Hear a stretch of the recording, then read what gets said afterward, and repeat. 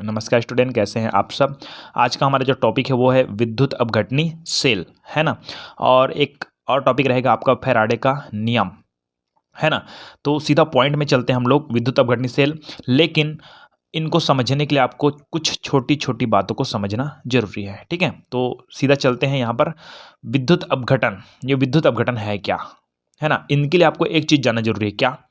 विद्युत अपघट्य। विद्युत अपघट्य यह मैं बार बार बता चुका हूँ, नहीं पता है तो कोई दिक्कत नहीं, एक बार और बताता हूँ। जैसे कि हमारे पास क्या है, NaCl। क्या अपने पास है? NaCl, सोडियम क्लोराइड, है ना। अब ये ठोस अवस्था में अपने आप पर, मतलब अपने ऊपर धारा प्रवाहित होने नहीं देती है। लेकिन जब NaCl को पिघली अवस्था में रखा जाए, पिघलना मतलब समझते हो ना, पिघली अवस्था में रखा जाए तो उनमें धारा क्या हो सकती है? प्रवाहित हो सकती है। वही आपका क्या है? विद्युत अपघट्य है। क्या है वो? विद्युत अपघट्य। ये विद्युत अपघट्य का मतलब समझना, है ना। या मान लो जाए मेरे पास यहाँ पर एक विलयन है, सॉरी यहाँ पर एक जल है। क्या है? जल इस पात्र में। और इस पात्र में हम लोग अगर NaCl को डालते हैं तो NaCl का कौन सी है? जली विलयन, ठीक है ना। तो इसमें भी धारा क्या होगी? प्रवाहित होगी। मतलब NaCl अकेला पिघले अवस्था में रहेगा तो भी इसमें धारा प्रवाहित होगी, अगर इसका जली विलयन बनाएंगे तो भी इसमें धारा प्रवाहित होगी। तो इनको हम लोग बोलते हैं विद्युत अपघट्य, ठीक है। और इसका पूरा डिटेल तो मैंने पिछले वीडियो में कर रखी है ना। तो अब विद्युत अपघटन क्या है, देखिए। तो किसी विद्युत अपघट्य पदार्थ, विद्युत अपघट्य पदार्थ बताने की जरूरत नहीं है ना। तो किसी विद्युत अपघट्य पदार्थ की पिघली हुई अवस्था या जली विलयन में, मैंने बताया था पिघली अवस्था और क्या है? जली विलयन, है ना। तो किसी विद्युत अपघट्य पदार्थ की पिघली हुई अवस्था या जली विलयन में विद्युत धारा प्रवाहित करने से उस विद्युत अपघट्य का रासायनिक अपघटन विद्युत अपघटन कहलाता है। पॉइंट बी नोटेड, है ना। तो होता क्या है, देखिए। मान लो जाए मैं दो इलेक्ट्रोड लेता हूँ, इलेक्ट्रोड में तो समझते हो ना, ठीक है। दो इलेक्ट्रोड लेता हूँ और यहाँ पर मैंने रख दिया क्या? NaCl का पिघली अवस्था, या कह सकते हैं NaCl का जली विलयन। NaCl का जली विलयन लेंगे मतलब उसमें क्या रहेगा? H2O भी रहेगा, है ना। तो सीधी बात, अच्छी बात यह है कि हम लोग NaCl बस को ले लेते हैं, क्लियर है, पिघली अवस्था में, है ना। चलिए, अब हम यहाँ से इलेक्ट्रोड में एक प्लस चार्ज है, एक माइनस चार्ज है ना, ठीक है। यहाँ पर हम लोग लेते हैं एक बैटरी, क्या लेते हैं? बैटरी। यहाँ से हम लोग यहाँ पर धारा क्या करते हैं? प्रवाहित करते हैं, ओके। तो जब धारा प्रवाहित करते हैं तो उस जो विद्युत अपघट्य है NaCl है, उसका क्या होता है? रासायनिक अपघटन होता है। मतलब ये Na प्लस और Cl माइनस में क्या होने लगती है? टूटने लगती है, सीधी बात, उसका अपघटन होने लगता है ना। तो इस क्रिया को हम लोग बोलते हैं विद्युत अपघटन। क्या बोलते हैं? विद्युत अपघटन। क्लियर हो गया। तो किसी विद्युत अपघट्य पदार्थ की पिघली हुई अवस्था या जली विलयन में विद्युत धारा प्रवाहित करने से उस विद्युत अपघट्य का रासायनिक अपघटन विद्युत अपघटन कहलाता है। कंप्लीट, ठीक है। दूसरे शब्दों में बोलेंगे तो किसी यौगिक का विद्युत धारा द्वारा रासायनिक अपघटन विद्युत अपघटन कहलाता है। अब ये यौगिक है NaCl, इसमें हमने विद्युत धारा प्रवाहित किया तो क्या बोला? किसी यौगिक का, यौगिक मतलब NaCl, विद्युत धारा द्वारा, इसमें धारा प्रवाहित करें ना, ठीक है। तो विद्युत धारा द्वारा रासायनिक अपघटन, यहाँ पर हो रहा है रासायनिक अपघटन, उसको हम लोग बोलते हैं विद्युत अपघटन कहलाता है। क्लियर? दोनों तरीका है, ठीक है ना। क्लियर। अब यहाँ पर मैंने आपको विद्युत अपघट्य का परिभाषा तो दे रखी है, बता रखी है शुरू में, कि वे पदार्थ जिसमें जली विलयन या पिघली अवस्था में विद्युत धारा प्रवाहित होती है उसको रासायनिक अपघटन, उसका रासायनिक अपघटन होता है, वो कहलाता है आपका विद्युत अपघट्य। अभी शुरू में बताया ना विद्युत अपघट्य क्या है, तो यहाँ पर मैं लिख दिया था परिभाषा, ठीक है। तो इसको भी देख लीजिए। मतलब उनमें ना जो विद्युत धारा कब प्रवाहित होगी? जब वो पिघली अवस्था में आएगी। क्लियर है। चलिए, अब हमारा हेड टॉपिक में चलते हैं सीधा। विद्युत अपघटनी सेल कौन सा सेल है? विद्युत अपघटनी सेल। क्लियर करते हैं फिर, है ना। ये विद्युत अपघटनी सेल क्या है? चलिए, तो वह सेल जिसके द्वारा विद्युत ऊर्जा को रासायनिक ऊर्जा में परिवर्तित किया जाता है, विद्युत ऊर्जा को रासायनिक ऊर्जा में परिवर्तित किया जाता है, एक सेल के बारे में बात करते हैं। चलो, मैं ले लेता हूं एक सेल, ये पात्र ले लिया मैंने, है ना। यहां पर मैं एक चीज डाल देता हूं, दो इलेक्ट्रोड, जो शुरू में भी बताया मैंने यहाँ पास, है ना। एक है आपका प्लस चार्ज मतलब एनोड और एक है कैथोड, है ना। तो कुछ सेल में ना कैथोड प्लस चार्ज भी हो सकता है ना। मैं कैथोड को माइनस बता रहा हूँ ना आपको, और इसको एनोड को प्लस बता रहा हूँ, लेकिन एक ऐसा सेल है जिसमें हम लोग देखेंगे उसमें कैथोड ही प्लस चार्ज होता है। क्लियर? आगे तो यहाँ हम क्लियर कैसे करेंगे देखो। तो इसमें हम लोग डाल देते हैं कोई भी हमारे पास NaCl, NaCl को ही डालेंगे और किसको डालेंगे, है ना। अब क्या होता है कि अगर इसमें हम लोग क्या करते हैं, बैटरी से विद्युत धारा प्रवाहित करते हैं, विद्युत धारा क्या करते हैं, प्रवाहित करते हैं, तो हम विद्युत ऊर्जा को प्रवाहित कर रहे हैं, सीधी सी बात, ठीक है। अब यहाँ से धारा आती है, इसमें आती है, और आने के बाद इस पर इनका होता है वियोजन, ठीक है ना, अपघटन कह सकते हैं उसको। तो वो होती है, उस क्रिया का नाम है आपका रासायनिक क्रिया, ठीक है। मतलब वहां पर जो क्रिया हो रही है रासायनिक क्रिया, मतलब उसमें जो ऊर्जा निर्मित हो रही है ना, मतलब ऊर्जा जो कार्य, जिस ऊर्जा का हम लोग कार्य ले रहे हैं, है ना, वो ऊर्जा आपका रासायनिक ऊर्जा कहलाएगा। क्लियर हो गया। तो वह सेल जिसके द्वारा विद्युत ऊर्जा को, यहाँ पर बैटरी से प्राप्त हुई विद्युत डीसी करंट दे रहे हैं, है ना, विद्युत ऊर्जा है ना, तो वह सेल जिसके द्वारा विद्युत ऊर्जा को रासायनिक ऊर्जा में परिवर्तित किया जाता है, उसे वैद्युत अपघटनी सेल कहते हैं। तो आप बताओ कि मुझे इसमें सेल कौन है, NaCl कि ये कि क्या? तो भैया ये पूरा जो हमारे पास यंत्र है जो कि विद्युत ऊर्जा को रासायनिक ऊर्जा में परिवर्तित कर रहा है ना, तो उसी को हम लोग बोलेंगे विद्युत अपघटनी सेल। तो थोड़ा डिटेल में चल देते हैं, विद्युत अपघटनी सेल क्या है ना। आपके क्वेश्चन कैसे आएगा बता रहा हूं आपको कि विद्युत अपघटन क्या है और विद्युत अपघटनी सेल को चित्र सहित समझाइए, है ना, या एक उदाहरण के साथ। तो कंप्लीट एक उदाहरण, 2 उदाहरण दूंगा मैं, अब दिक्कत आपको कोई किसी प्रकार की दिक्कत नहीं होगी, ठीक है ना। तो देखिए आगे, ये तो क्लियर हो गया आपको, वह सेल जो कि विद्युत ऊर्जा को रासायनिक ऊर्जा में परिवर्तित करता है, मतलब यहाँ पर एक सेल है जो कि विद्युत से आने, यहाँ पर करंट आने वाली, मतलब कहा जाए बैटरी से आने वाली जो विद्युत है उसको रासायनिक ऊर्जा में परिवर्तित करता है। ओके, तो अब आगे देखें थोड़ा डिटेल कि विद्युत अपघटनी सेल में, है ना, विद्युत अपघट्य पदार्थ की पिघली अवस्था, विद्युत अपघटनी सेल में विद्युत अपघट्य पदार्थ की को पिघली अवस्था में रखा जाता है। चलिए, विद्युत अपघट्य पदार्थ कौन है, NaCl, है ना। तो विद्युत अपघटनी सेल में, अर्थात पात्र में, ये पात्र बोल सकते हैं, वही सेल, वो पात्र ही सेल है एक प्रकार से कह सकते हैं, है ना। तो विद्युत अपघटनी सेल में विद्युत अपघट्य पदार्थों को पिघली अवस्था में रखा जाता है। विद्युत अपघटनी सेल में धातु की 2 छड़ें या प्लेट डूबी हुई रहती है। ये देखो मैंने पहले डुबो दिखी, है ना। इसे इलेक्ट्रोड कहते हैं, इसे क्या कहते हैं, इलेक्ट्रोड, है ना। एक को एनोड बोलेंगे, एक को कैथोड बोलेंगे, इसे इलेक्ट्रोड कहते हैं, ठीक है ना। दोनों इलेक्ट्रोडों को बैटरी से जोड़ देते हैं। चलो यहाँ पर बैटरी बना देते हैं, दोनों इलेक्ट्रोड को बैटरी से क्या कर देते हैं, जोड़ देते हैं, जुड़ भी गया। ओके, अब देखिए आगे, बैटरी के धन सिरे से जुड़ा इलेक्ट्रोड। चलो अब बैटरी को थोड़ा से अच्छा से बनाना पड़ेगा मेरे को। चलिए, तो हम लोग रेड पेन का यूज़ कर लेते हैं। ये हमने बना दिया बैटरी, ठीक है।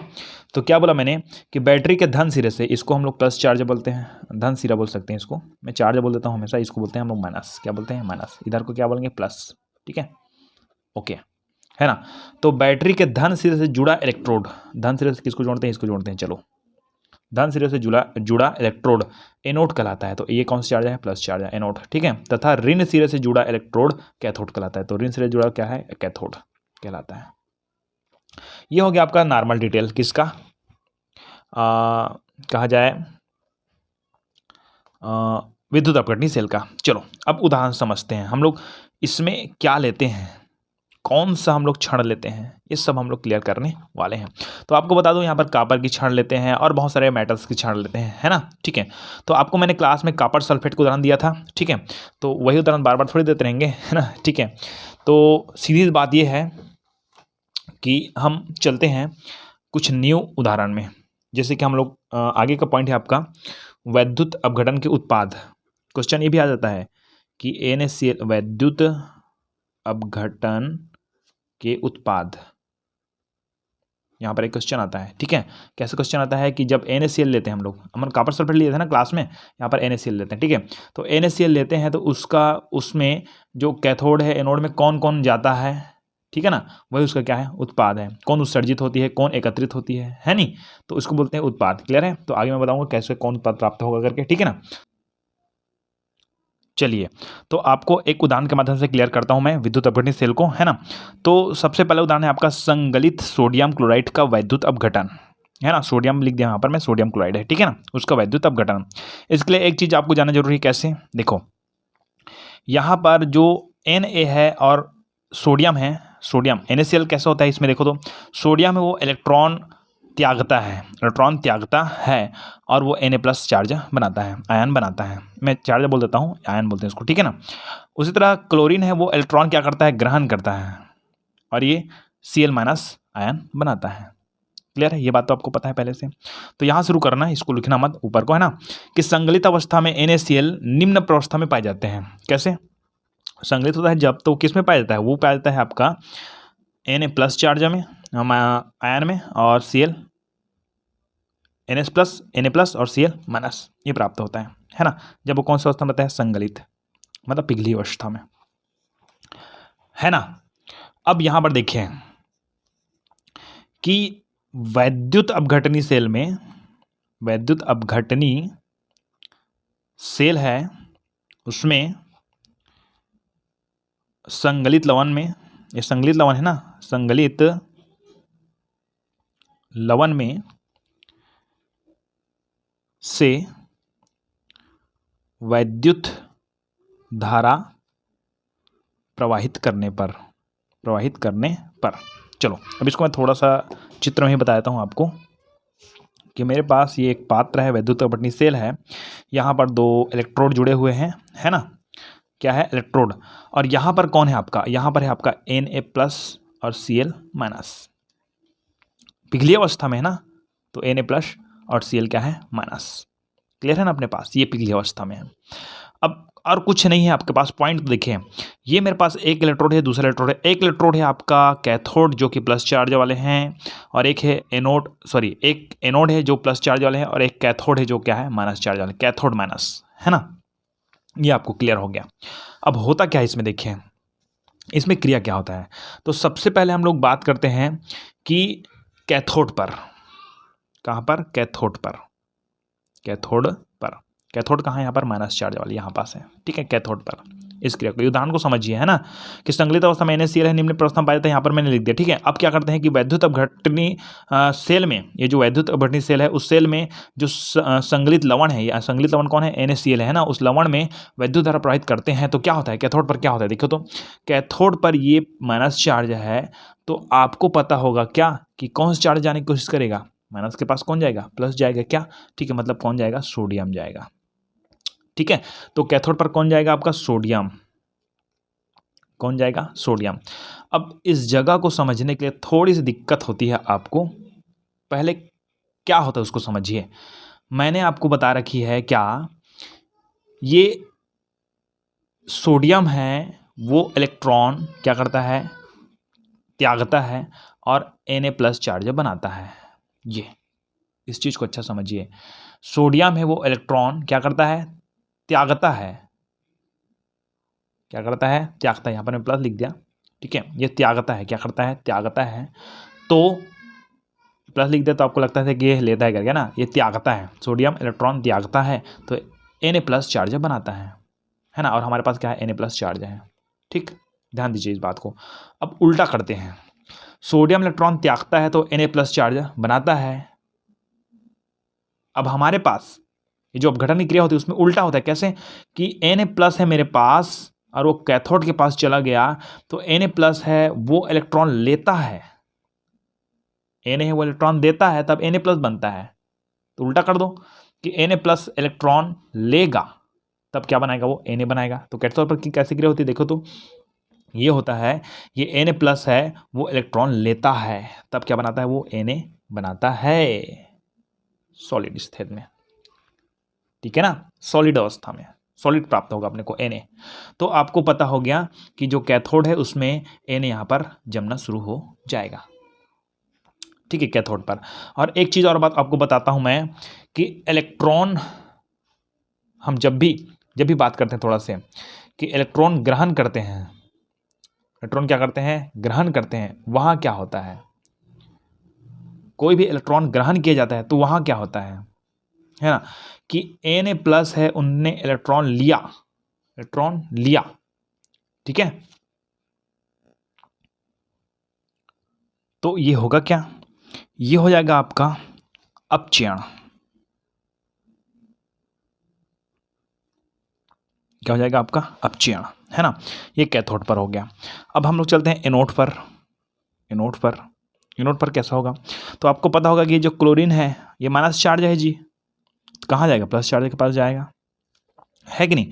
तो ये जो क्लोरीन है ये क्या था? माइनस चार्ज है। अब आपको पता है, मैंने आपको बताया था कि क्लोरीन है इलेक्ट्रॉन क्या करता है? ग्रहण करता है, ग्रहण करता है, इलेक्ट्रॉन ग्रहण करता है, तब Cl माइनस चार्ज बनाता है। अब मैंने क्या बताया? ग्रहण करता है। अब उल्टा करो बोला मैंने कि क्लोरीन इलेक्ट्रॉन क्या करेगा? दान करेगा, तब वो क्या बनाएगा? Cl माइनस बनाएगा। ठीक है, ओके। तो ये अपने पास एल में है, और ये क्लोरीन है वो क्या होता है? गैसीय अवस्था में। यहाँ पर जो एनोड के पास जाता है ना क्लोरीन, वो गैसीय अवस्था में जाता है, ठीक है ना, और इलेक्ट्रॉन क्या करता है? बाहर करता है, ठीक है। तो जब कोई इलेक्ट्रॉन देता है, इलेक्ट्रॉन क्या करता है? देता है, तो क्या कराता है? आपका ऑक्सीकरण, ऑक्सीकरण।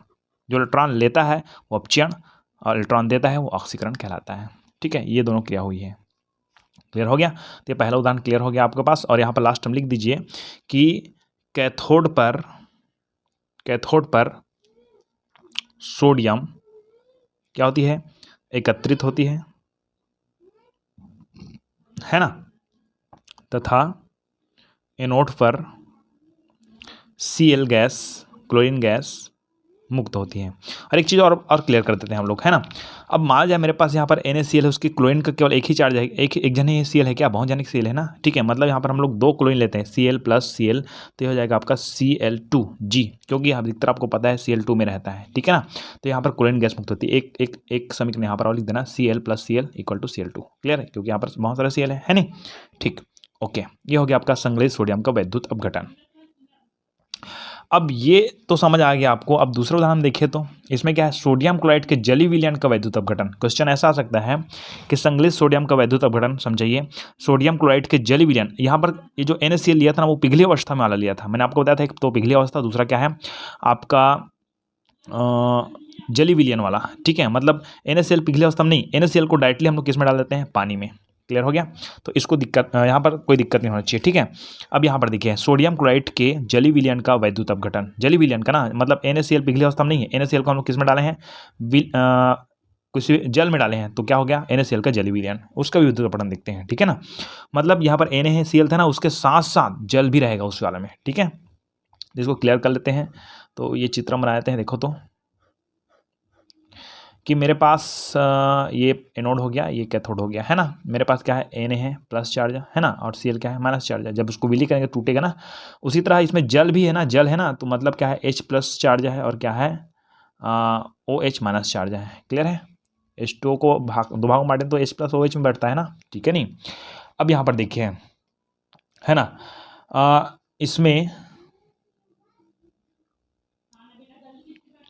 इसमें कैथोड पर 2 संभावित क्रिया होती है। कैसे बताओ तो? अब यहाँ पर देखिए, मैंने आपको बताया था प्लस चार्ज है तो माइनस के पास जाएगा, कैथोड के पास जाएगा, तो ये तो अच्छी बात है। ये माइनस चार्ज है तो ये कैथोड एनोड के पास जाएगा, ये भी अच्छी बात है। अब यहाँ पर तो 2 जने हैं जी, Na प्लस है और H प्लस है, Cl माइनस है और OH माइनस है। यहाँ दिक्कत होगी। तो कैथोड में 2 प्रकार की क्रिया संभव है। कैसे? देखो तो, ये जो Na प्लस है, वो Na प्लस है, वो कहाँ जाएगा आपके पास? इसके पास जाएगा, माइनस के पास जा सकता है, ठीक है। मतलब ये Na प्लस है, वो इलेक्ट्रॉन क्या कर सकता है? ग्रहण कर सकता है। इलेक्ट्रॉन क्या कर सकता है? ग्रहण कर सकता है, और वो बना सकता है Na सॉलिड, ठीक है। क्या बना सकता है? Na सॉलिड, है ना। इलेक्ट्रॉन जहाँ पर ग्रहण होता है, यहाँ पर भी बताया मैंने, इलेक्ट्रॉन क्या करता है? ग्रहण करता है, तो उसको बोलते हैं अपचयन। क्या बोलते हैं? अपचयन। ये हो सकता है ना। अब दूसरा और हो सकता है कि हाइड्रोजन है वो चला जाए किसके पास? क्लोरीन के पास। मतलब H प्लस है वो चला जाएगा, वो इलेक्ट्रॉन ले लेगा, और वो बन जाएगा आपका H2, है ना, गैस के रूप में। यहाँ पर इसको 1/2 लिखते हैं, जरूरी नहीं है, जरूरी है, ठीक है, ओके। अब यहाँ पर ये सॉलिड है, ये गैस है, ओके। मतलब हम लोग कह सकते हैं Na प्लस जा सकता है, या तो हाइड्रोजन जा सकता है। अब इस जगह अलग अलग तरीके होते हैं सब टीचर्स को बताने का, तो मैं बता दूं, यहाँ पर होता है E0 का मान, इसको बोलते हैं अपचयन विभव। अपचयन विभव, इस अपचयन विभव का मान इसका होता है, इस जगह अपचयन विभव का मान होता है आपका -2.71 V, है ना, ये है इसका मान। क्लियर है? ठीक है, सॉरी ये माइनस लिख दिया क्या मैं, यहाँ पर ये आपका 0.71 V है ना, ये क्या है अपने पास है, कैथोड पर होने वाले दोनों क्रिया है ना। ठीक है, इनमें से कौन सी क्रिया होगी ये हम लोग क्लियर करते हैं, है ना। और यहाँ पास इस जगह अलग अलग बुक्स में कुछ अलग अलग दिए रहते हैं, जैसे कई में 0.00V ऐसे दिया रहता है, तो कई में आपको मिलेगा वो 0.83V ऐसा मिलेगा। ठीक है, तो इस जगह मैं इसको क्यों लिख रहा हूँ, तो आपको ये बताने के लिए लिख रहा हूँ कि या तो Na प्लस जाएगा, सॉरी Na जाएगा किसके पास, कैथोड के पास, या तो H प्लस जाएगा, तो कौन जाएगा यही तो देखना है अपने को। ठीक है, तो जो जिसका मान कम होगा, जिसका मान क्या होगा कम, इसका मान देखो तो 0.83V, इसका नाम है 2.71V, है ना, तो कौन जाएगा, ये हाइड्रोजन जाएगा किसके पास, कैथोड के पास, क्योंकि इसका मान। और दूसरी बात ये मैं अपने तरीके से एक चीज़ बताता हूँ कि जो हल्का रहेगा वही जाएगा। भाई एक मोटा व्यक्ति एक हल्का व्यक्ति है, यहाँ जाना है, दौड़ लगाओ दोनों जने, तो ये हल्का वाला पहले पहुँचेगा ना। अब ऐसा नहीं है कि अब हल्का वाला ही पहुँचेगा, लेकिन थोड़ा अंदाज़ा लगाओ, है ना, हल्का वाला पहले पहुँचेगा, है ना। तो इसमें सोडियम प्लस चार्ज है, ये आपको जानते हो, आप तो जानते हो यार, ये हाइड्रोजन है, आवारा गैस की संख्या, मतलब हल्का यही रहेगा ना, मतलब ये सबसे पहले जाएगा। ठीक है, मतलब आपको ये क्लियर हो गया कि कहा जाए कि हमारे पास जो कैथोड है उस कैथोड में ये वाला क्रिया नहीं होगा। ठीक, ये वाला बस होगा। क्लियर हो गया आपको, है ना। तो यहाँ पर मैं लिख देता हूँ नीचे, कैथोड पर होने वाली अभिक्रिया, यहाँ पर कैथोड पर लिखा था ना मैं, अभिक्रिया। क्लियर है? ओके, इसको अब मत लिखना, उतारना मत, है ना, ये समझाने के लिए बताया मैंने, कैथोड पर होने वाली क्रिया, है ना।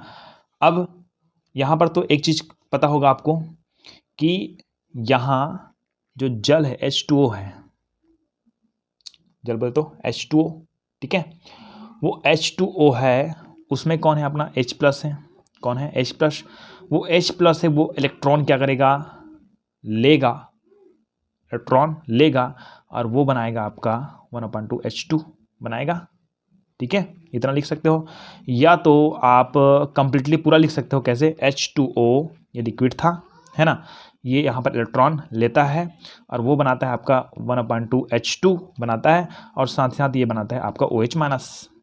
ठीक है, ये सॉरी OH माइनस नहीं, हाँ माइनस कर सकते हैं एक्वा में, है ना, ये जली हो गया एक्वा। ठीक है, अब ये भी लिख सकते हो या तो ये भी लिख सकते हो, दोनों चलेगा। ठीक है, कैथोड पर। अब आगे चलते हैं एनोड पर। ठीक है, एनोड पर क्या करोगे, एनोड पर पहले तो मैं यहाँ पर कैथोड पर लिखा, उसका इसको लिखना है आपको, इसको, है ना। ठीक है, और अभी लिखो एनोड पर क्रिया, तो इसके लिए भी दो संभावनाएं हो सकती है, तो मैं संभावना के लिए यहाँ पर लिख देता हूँ, आप लिखना मत, है ना।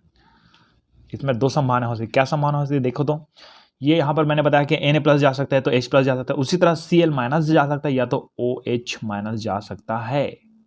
अब कौन जाएगा, जिसका अपचयन विभव का मान क्या होगा, कम होगा, है ना, मतलब जो Cl माइनस है वो भी जाएगा और OH माइनस है वो भी जा सकता है जी, है ना।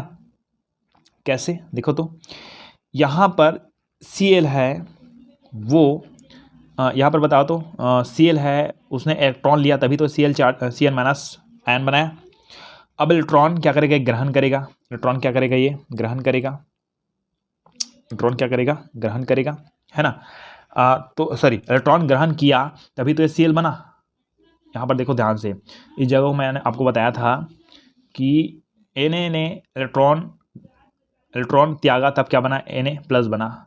उसी तरह क्लोरीन है, उसने इलेक्ट्रॉन ग्रहण किया तब Cl बना, ग्रहण किया तब ना Cl बना, तो उल्टा करना है बोला था मैंने, ग्रहण कर रहा है तो अब क्या करेगा, डोनेट करेगा, मतलब ये जो Cl है वो इलेक्ट्रॉन क्या करेगा, डोनेट करेगा। ठीक है, तभी वो क्या बनेगा, Cl2 बनेगा, और क्या बनेगा वो, सॉरी इलेक्ट्रॉन क्या करेगा, ग्रहण, इलेक्ट्रॉन है वो क्या करेगा, त्यागेगा, ग्रहण किया तो Cl बना, त्यागेगा तो Cl2 बनेगा, तो यहाँ पर इलेक्ट्रॉन क्या हो जाता है, बाहर हो जाता है। ठीक है, इसको 1/2 कर देते हैं, है ना, ऊपर नहीं बताया था मैंने आपको। OH के बारे में बात करेंगे, ये करेगा क्या, ये करेगा, ये OH है वो यहाँ पर माइनस चार्ज कब बना, OH माइनस चार्ज कब बना, जब इसने क्या किया होगा, इलेक्ट्रॉन लिया होगा। ठीक है, अब ये दे देगा मतलब ये OH बनाएगा। तो अब इस जगह को देखो तो इसमें किसको लें, तो सीधी बात मैंने बताया था कि जिसका अपचयन विभव उसका मान क्या रहेगा, कम रहेगा, उसको लेते हैं। एक्चुअली में तो यहाँ पर इसका मान थोड़ा कम होता है, कई बुक में आप देखे होंगे, और कई बुक में इसका मान क्या होता है, ज़्यादा होता है ना।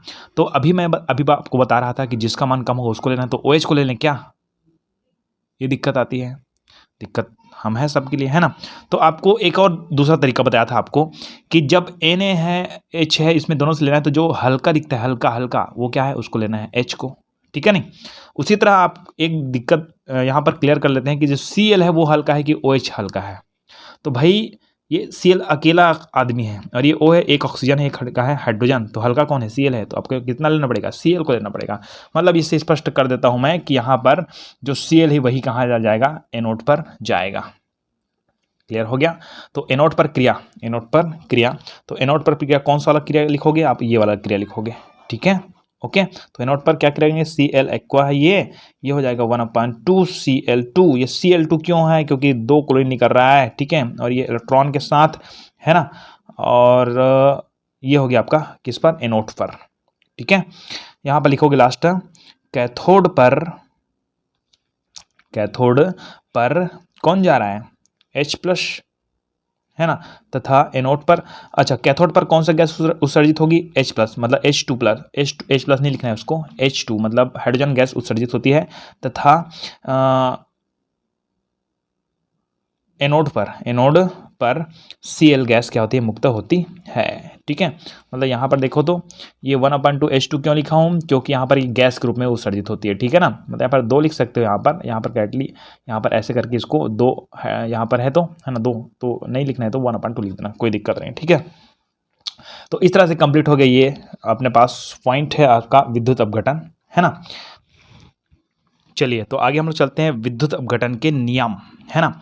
तो उसमें हम लोग लेते हैं फैराडे का नियम। ये फैराडे वैज्ञानिक था, है ना। अब उनने 2 नियम दिया, क्या नियम दिया देखो तो ध्यान से, है ना, कि अपने यहाँ पर ये बनाया था ना, ठीक है, ये 2 इलेक्ट्रोड है, 2 क्या है, इलेक्ट्रोड। जैसे कि मैंने पहले बनाया था NaCl का बनाया था ना, Na+Cl- का, है ना। तो आपको बताया था कि Na+ है वो कहाँ जाएगा, कैथोड के पास जाएगा, चिपकेगा, है ना, और Cl एनोड के पास क्या हो जाएगा, मुक्त हो जाएगा। तो कितना NaCl चिपकता है और कितना Cl मुक्त होता है, यही बात को जानने के लिए इस फैराडे नामक वैज्ञानिक ने एक नियम दिया, एक नहीं 2 नियम दिया, ठीक है, कि कितनी मात्रा है उसको समझने के लिए, है ना, उसी को बोलते हैं फैराडे का नियम। क्लियर हो गया। तो इसको मैं थोड़ा सिस्टमेटिक बताता हूँ कि फैराडे ने विद्युत अपघटन के मात्रात्मक पक्षों का अध्ययन किया। जो विद्युत अपघट्य है ना, NaCl कौन है, विद्युत अपघट्य है, उस विद्युत अपघट्य के मात्रात्मक पक्षों का अध्ययन किया। विद्युत अपघटन की प्रक्रिया में इलेक्ट्रोडों पर मुक्त होने वाले पदार्थों की मात्राओं तथा प्रवाहित किए गए विद्युत धारा की मात्रा के मध्य संबंध में विस्तृत अन्वेषण के पश्चात विद्युत अपघटन के 2 नियम दिए, ठीक है, कि जो NaCl है वो कितनी मात्रा में यहाँ पर मिलता है और कितनी मात्रा हम लोग क्या देते हैं, विद्युत धारा प्रवाहित करते हैं। तो यही बताया गया है आपको कि विद्युत अपघटन की प्रक्रिया में इलेक्ट्रोड पर मुक्त होने वाले पदार्थों की मात्राओं तथा प्रवाहित किए गए विद्युत धारा की मात्राओं के मध्य संबंध में विस्तृत क्या किया, अन्वेषण किया। उसके पश्चात उन्होंने 2 नियम दिए। तो पहले चलते हैं फैराडे का प्रथम नियम। यहाँ पर क्वेश्चन आता है फैराडे का प्रथम एवं द्वितीय नियम को समझाइए करके, ठीक है ना। एकदम सिंपल सा नियम है, ध्यान दीजिए।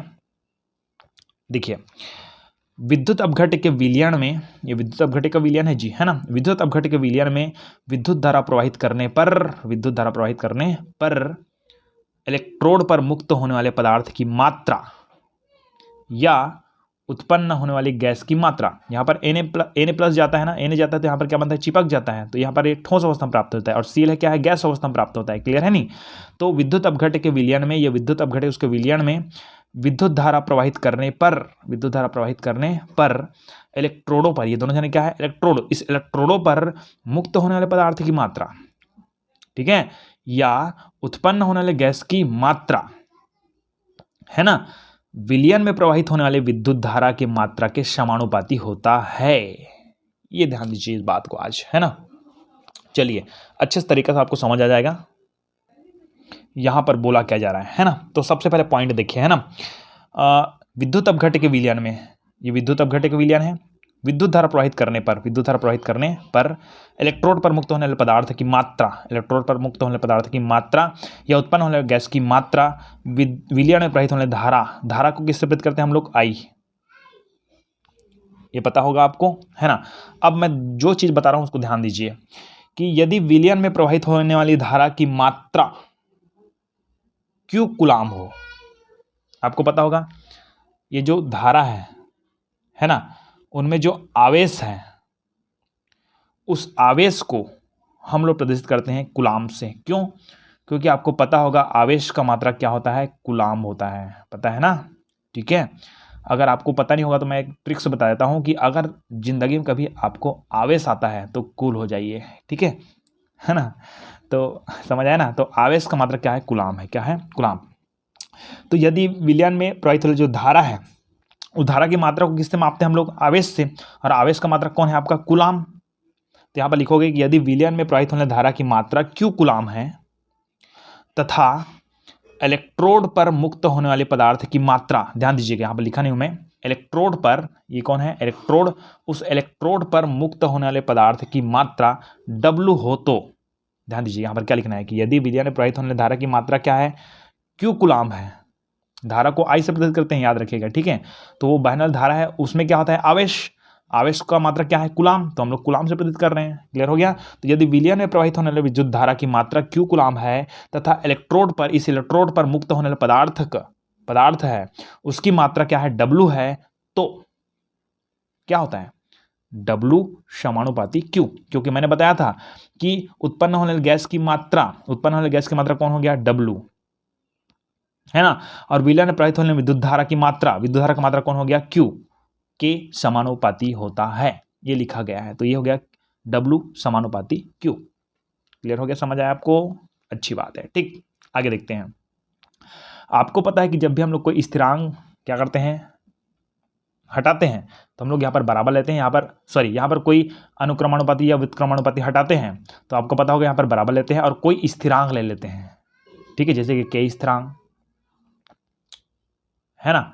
तो ये K स्थिरांक ना लेकर हम लोग यहाँ पर लिए है Z स्थिरांक। तो यहाँ पर है W इक्वल टू, यहाँ पर ये बराबर का चिन्ह लग गया, यहाँ पर Z और ये Q हो गया। क्लियर हो गया?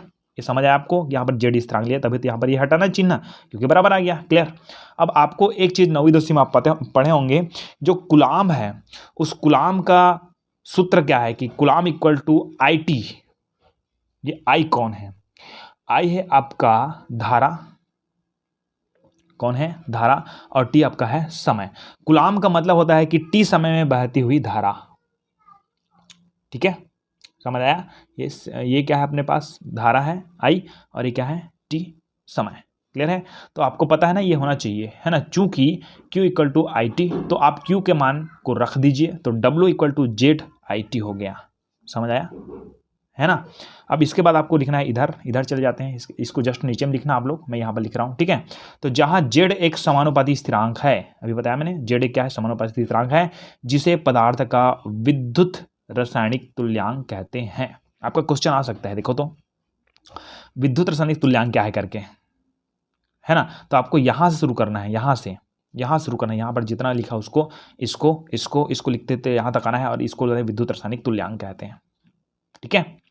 यहाँ पर लिखना है फैराडे के प्रथम नियम से, उसके बाद शुरू करना है यहाँ से, तो यहाँ तक आएंगे। तो क्योंकि क्वेश्चन आता है विद्युत रासायनिक तुल्यांक क्या है करके, तो अचानक बोल देंगे तो बीच से, है नहीं, तो इतना पूरा लिखना है, ठीक है। तो हमारा प्रथम नियम चल रहा है, उसमें हम लोग यहाँ पर आए हैं, ठीक है। ये तो क्लियर हो गया आपको। तो ये Z कौन है? विद्युत रासायनिक तुल्यांक है, ठीक, याद रखिएगा, है ना। अब आगे बढ़ते हैं। यदि Q बराबर 1, Q बराबर क्या हो? 1 और 1 कूलाम, Q बराबर कितना कूलाम? 1 कूलाम, तथा I बराबर हो 1 एम्पियर, क्योंकि आपको पता है कि धारा है, धारा का मात्रक कौन है? एम्पियर। देखिए इस जगह कंफ्यूजन हो जाते हैं, फिर धारा बहती है उसमें आवेश होता है, उस आवेश का मात्रक क्या होता है? कूलाम, अलग है वो। धारा बहती है उसमें क्या होता है? आवेश होता है, उसमें होता है कूलाम, उसका मात्रक क्या है? कूलाम। लेकिन विद्युत धारा का मात्रक कौन है? एम्पियर है, याद रखिएगा, ठीक है। तो यहाँ पर यदि Q बराबर 1 कूलम होता है या वह I बराबर 1 एम्पियर होता है तथा T बराबर 1 सेकंड होता है, तो अर्थात इसका मतलब है कि अगर T सेकंड में 1 एम्पियर का धारा बह रही है तो उसमें कितना? 1 कूलम का आवेश है। तो इसका मतलब यही है, एक बार पढ़ के देखिए कि T समय में 1 एम्पियर का धारा बढ़ रही है तो उसमें जो आवेश वो 1 कूलम है, तो क्या होता है? देखो तो वो होता है कि W इक्वल टू, यहाँ पर लिखा हुआ है Z I और T, ऐसा कुछ लिखा हुआ है। तो ये हो जाएगा आपका W equal to Z into I का मान कितना है? 1 इंटू T का मान कितना है? 1। तो सीधी बात है W इक्वल टू Z। तो इसका मतलब ये है कि उस विलयन में या उस सेल में या उस क्रिया में जो जेट का मान प्राप्त होगा, जेट का मान प्राप्त होगा, वही उस एनोड पर चिपका हुआ पदार्थ का मान प्राप्त होगा। बात को अच्छे से क्लियर करिए कि अगर मुझे जेट का मान प्राप्त होता है, जेट बराबर डब्ल्यू ही लिखा हुआ है ना, अगर मेरे को विद्युत रासायनिक तुल्यांक का मान ज्ञात होता है तो वही मान ही उस कैथोड में या एनोड में चिपका हुआ पदार्थ है या उत्सर्जित हुए पदार्थ की क्या है? मात्रा है। तो आपको मैंने शुरू में बताया था ये नियम किसके लिए पढ़ रहे हैं? इस इलेक्ट्रोड में चिपकने वाले जो पदार्थ है उसकी मात्रा का ज्ञान करने के लिए। तो हमको उस इलेक्ट्रोड पर चिपका हुआ पदार्थ की मात्रा कब ज्ञात होगा? जब हमको जेट का मान ज्ञात हो जाएगा। जेट का मान हम लोग जब निकाल लेंगे ना, तो वही मान उसके किसके बराबर होगा? उसमें उस कैथोड पर चिपका हुआ पदार्थ के बराबर होगा। कंप्लीट। I hope. कोई दिक्कत होगी तो कमेंट कर सकते हैं, है ना। आगे बात देखते हैं। अतः किसी पदार्थ का विद्युत रासायनिक तुल्यांक Z, है ना, किसी पदार्थ का वह द्रव्यमान है जो 1 एम्पियर की धारा को 1 सेकंड तक प्रवाहित करने पर इलेक्ट्रोड पर मुक्त होता है या जमा होता है। इस जगह को समझने में थोड़ी दिक्कत हो जाती है, आपको बताता हूँ, ध्यान सुनना, है ना, कि W इक्वल टू क्या है अपने पास? Z आया ना। तो किसी पदार्थ का विद्युत रासायनिक तुल्यांक मतलब कौन? Z।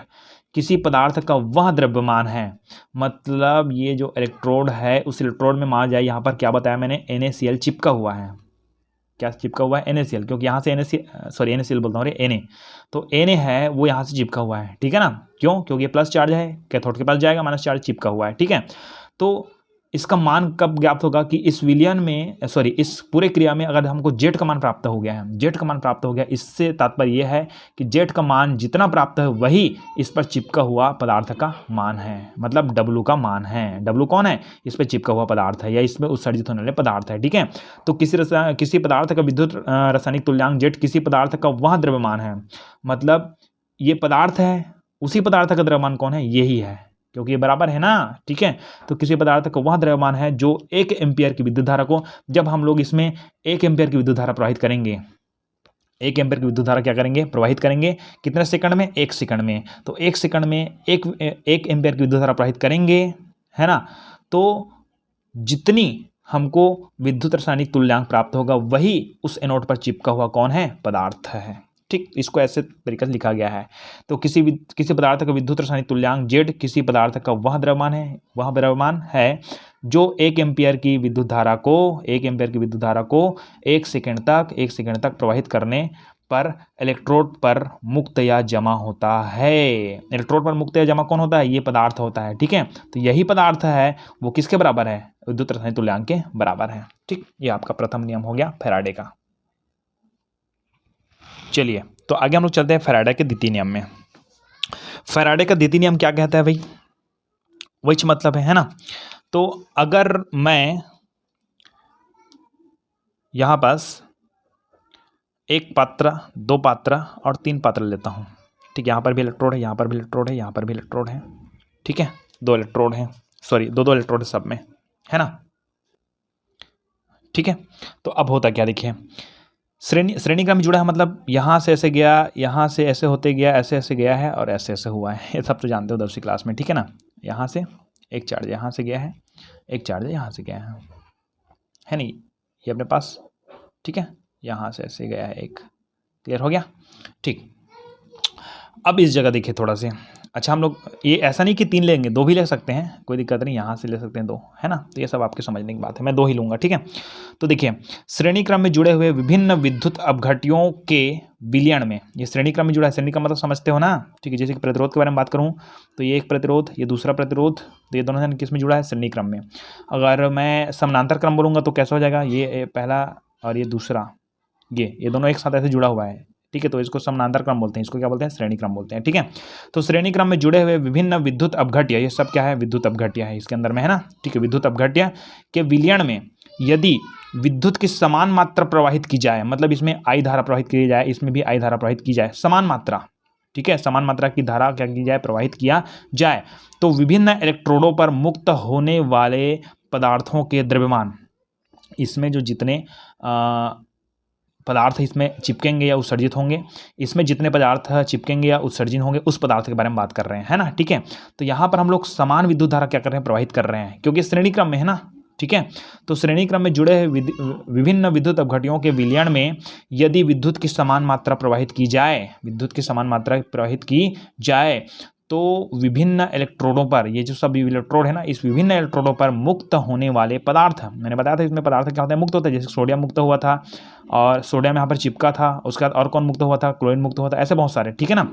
तो इलेक्ट्रोडों पर मुक्त होने वाले पदार्थों के द्रव्यमान, है ना, द्रव्यमान मतलब क्या है, अपना W, है ना, उन पदार्थों के तुल्यांकी द्रव्यमान के समानुपाती होता है, तुल्यांकी द्रव्यमान, है ना, मतलब E, है ना। तो ये क्लियर हो गया आपको। अब इसको मान लेते हैं हम लोग तुल्यांकी द्रव्यमान। वैसे तो बहुत जगह आपको देखने को मिलेगा वो जेड मान देते हैं कई जगह, है ना, ठीक है। तो मैं ई मान लेता हूँ, कोई दिक्कत नहीं, ठीक है ना। तो यहाँ पर देखिए कि ये बोला मैंने कि श्रेणी क्रम में जुड़े, ये कंप्लीट हो गया। विभिन्न इलेक्ट्रोडों पर मुक्त होने वाले पदार्थ, विभिन्न इलेक्ट्रॉनों पर मुक्त होने वाले पदार्थ मतलब कौन, W, है ना। पदार्थों के द्रव्यमान उन्हीं पदार्थों के, यही पदार्थों के, इसी पदार्थों के तुल्यांकी द्रव्यमान, उसी पदार्थ का क्या होना चाहिए, तुल्यांकी द्रव्यमान होना चाहिए, तुल्यांकी द्रव्यमान। तुल्यांकी द्रव्यमान आपको समझते हो मुझे लगता है, तुल्यांकी भार जानते हो ना, तुल्यांकी द्रव्यमान जी, ठीक है ना।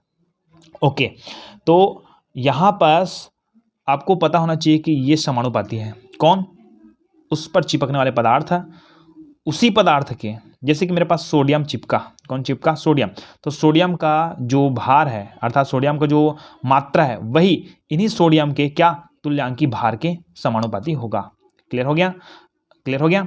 तो W समानुपाती E, मतलब क्या है, ये अपने पास क्या है, हमारे पास ये E का मतलब क्या, तुल्यांकी द्रव्यमान उसी पदार्थ का, ठीक है ना, ये क्लियर हो गया आप, ठीक है। अब आपको एक चीज़ पता होगा कि हम जब समानुपाती लगाते हैं तो क्या निकालते हैं, W, है ना, यहाँ पर लेते हैं हम लोग स्थिरांक, है ना, गुणित E। अब स्थिरांक में क्या लिया हूँ उससे कोई दिक्कत नहीं, ठीक है ना, केवल स्थिरांक लिख दिया मैंने, ठीक है ना।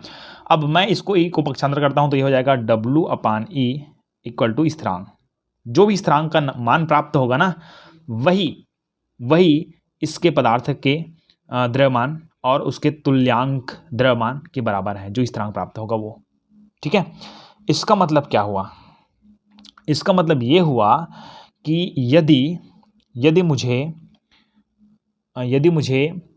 W1 है, मेरे पास क्या है, W1, है ना, ये पहले वाले विलयन के लिए ना, पहले वाले यहाँ पर सेल है उसके लिए, ठीक है, V1 मान लेता हूँ मैं, ठीक है ना। यहाँ पर जो चिपकने वाले पदार्थ है उसको मानते हैं V1 बोलता हूँ, W1, ठीक है ना।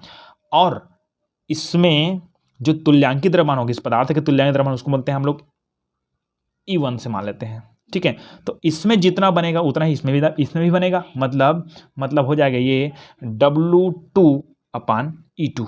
ये आपको समझ आया ना।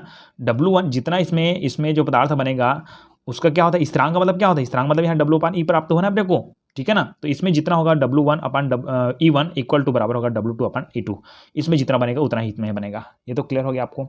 अब एक चीज़ दिक्कत होती है कि हम कैसे करें इसको, आगे कैसे निकालें, है ना। तो देखो E2 को इधर पक्षांतर कर देते हैं तो ये होगा क्या, देखो तो W1/W2, ये जो W2 है ना, पक्षांतर करके भी दिखाऊंगा अभी, है ना, डायरेक्टली पहले लिख देता हूँ मैं क्या आएगा करके, इक्वल टू E1/E2, ऐसा प्राप्त होगा अपने को।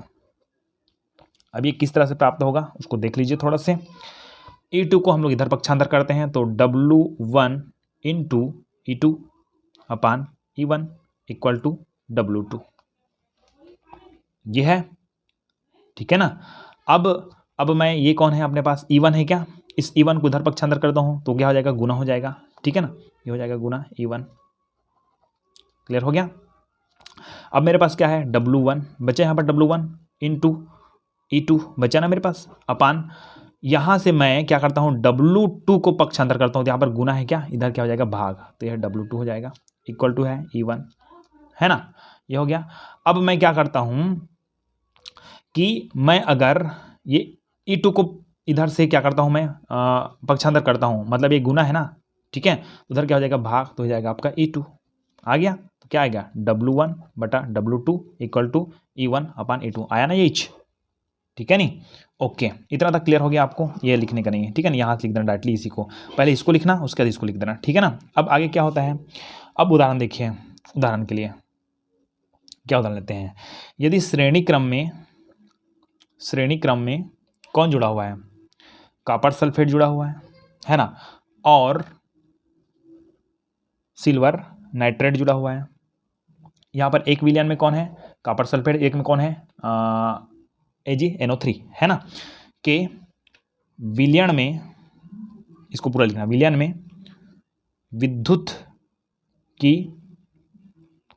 समान मात्रा प्रवाहित करने पर इलेक्ट्रोड, है ना, इलेक्ट्रोड में कौन है अपने पास है, कैथोड पर मुक्त होने वाली कॉपर एवं सिल्वर। मैं कॉपर सिल्वर क्यों लिखा हूँ, क्योंकि आपको पता है कि कैथोड क्या होता है, माइनस चार्ज होता है, तो एक कॉपर प्लस चार्ज है ना, ठीक है, तो ये कहाँ जाएगा, कैथोड पर जाएगा, यही कहाँ जाएगा, कैथोड पर जाएगा, यही इसलिए बोला मैंने कि इलेक्ट्रोड कैथोड पर, इलेक्ट्रोड लिख देना, तो उसमें क्वेश्चन में कैथोड पर मुक्त होने वाले कॉपर और ये जो Ag है ना, ठीक है, की मात्राएं उनके, कॉपर और ये सिल्वर की मात्राएं उनके तुल्यांकी भारों के अनुपात में होंगे। क्लियर, इसको रिपीट कर सुन लीजिए, है ना। तो इसका मतलब क्या हुआ, Cu की एकत्रित मात्रा बटा Ag की एकत्रित मात्रा, यहाँ पर लिखा हुआ है क्या, ये एक हो गया, ये दूसरा हो गया, ठीक है, तो एक पहला कौन है, Cu की एकत्रित मात्रा और Ag की एकत्रित मात्रा बराबर क्या होता है, ये इसका हो गया, W1 है, V1 का है ना, मतलब ये किसका है, आपका तुल्यांकी भार, तो ये कॉपर है तो कॉपर का तुल्यांकी भार बटा सिल्वर का तुल्यांकी भार, ये प्राप्त हुआ। समझ आ गया आपको, इस तरह से फैराडे का नियम कंप्लीट, ठीक है। आगे हम लोग फैराडे के अनुप्रयोग पढ़ने वाले हैं, तो फैराडे का अनुप्रयोग आप बुक से देख लीजिए, ठीक है।